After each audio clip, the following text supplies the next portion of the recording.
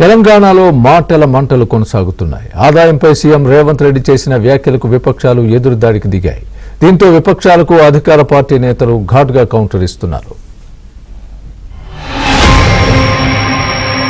స్వతంత్ర భారతదేశ చరిత్రలోనే అత్యంత అసమర్థుడు, ఒక చేతగానివాడు, ఒక పనికిరాని దక్షత లేని పాలకుడు ఇంకొకరు లేరు ఈ దేశంలో అనేది మాత్రం తేలిపోయింది.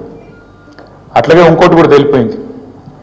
ఏవైతే వీళ్ళు ఒక 420 హామీలతో అభయహస్తం అనే పేరు మీద ఇచ్చిన మేనిఫెస్టో, అందులో సబ్బండ వర్గాలకు కలిపి 420 హామీలు ఏవైతే ఇచ్చిండ్రో, కాంగ్రెస్ మేనిఫెస్టో ఈ శతాబ్దపు అతిపెద్ద మోసం అనేది కూడా తేలిపోయింది.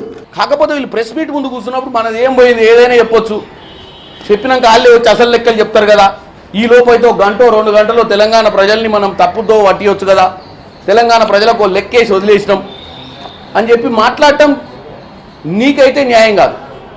ఇంకెవరన్నా మాట్లాడితే ఆలోచించదు. ఎందుకంటే నువ్వు గత ముఖ్యమంత్రి కొడుకు, ఈ రాష్ట్రాన్ని దోచుకున్న వ్యక్తులలో నువ్వు ఒకనివి, నువ్వు ఒక భాగస్వామివి ఈ దోపిడిలో. నువ్వు వచ్చి అలా దోపిడికి సంబంధం లేకుండా పతివత మాటలు మాట్లాడడానికి నీకు అర్హత లేదు కేటీఆర్ గారు. ఇప్పటికే కాంగ్రెస్ పార్టీ మీద ప్రజల లోపల పూర్తి వ్యతిరేకత ఉన్నది. నిన్న ముఖ్యమంత్రి గారి వ్యాఖ్యలతోని కాంగ్రెస్ పార్టీ కేల్కతం దుకాన్ బంద్, కేల్కతం దుకాన్ బంద్. ఇక కాంగ్రెస్ పార్టీని ప్రజలు మర్చిపోయే స్థితికి వచ్చింది. ఈ ప్రభుత్వము ఉంటదా ఉండదా అని చెప్పి అనుమానాలు తెలంగాణ సమాజం లోపల వ్యక్తమవుతున్నాయి. ఆ పార్టీకి సంబంధించిన సొంత శాసనసభ్యులే మా భవిష్యత్తు ఏంది ఈ రాష్ట్రంలో ఉన్నటువంటి అనుమానాలతో టెన్షన్ గురవుతున్నారు కాంగ్రెస్ పార్టీ శాసనసభ్యులు. ఆ కుటుంబ పెద్దలు నాతో ఏం కానప్పుడు కుటుంబ పరిస్థితి ఏంది? కేసీఆర్ అప్పులు చేసినప్పుడు మీరు ఏం చేస్తున్నారా?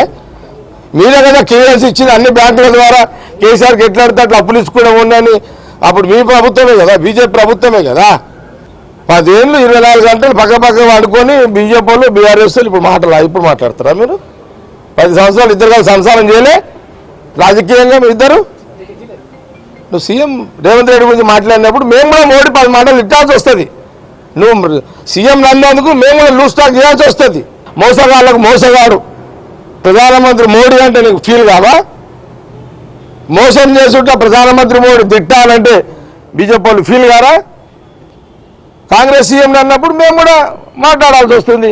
4 కోట్ల జనాభా కలిగినటువంటి ఒక రాష్ట్రం 3,04,000 కోట్ల రూపాయల బడ్జెట్ పెట్టిందంటే ఇవాళ ఇది ఎట్లా దివాళా తీసిన ప్రభుత్వం, ఎట్లా దివాళా తీసిన రాష్ట్రమో చెప్పగలిగే దమ్ముందా అని చెప్పి అడుగుతా ఉన్నా. రేవంత్ రెడ్డి గారికి ఒక నైజం ఉంది. మోసగించే వాళ్ళని నమ్ముతారు, అబద్ధాలని ప్రజలు ఇష్టపడతారు, అబద్ధాలు చెప్పే నాయకుని ఆదరిస్తున్నటువంటి మాట అవుతుందో ఇవాళ ఆయన మాటలు ఇవాళ నిజమని ప్రూవ్ అయింది అలా.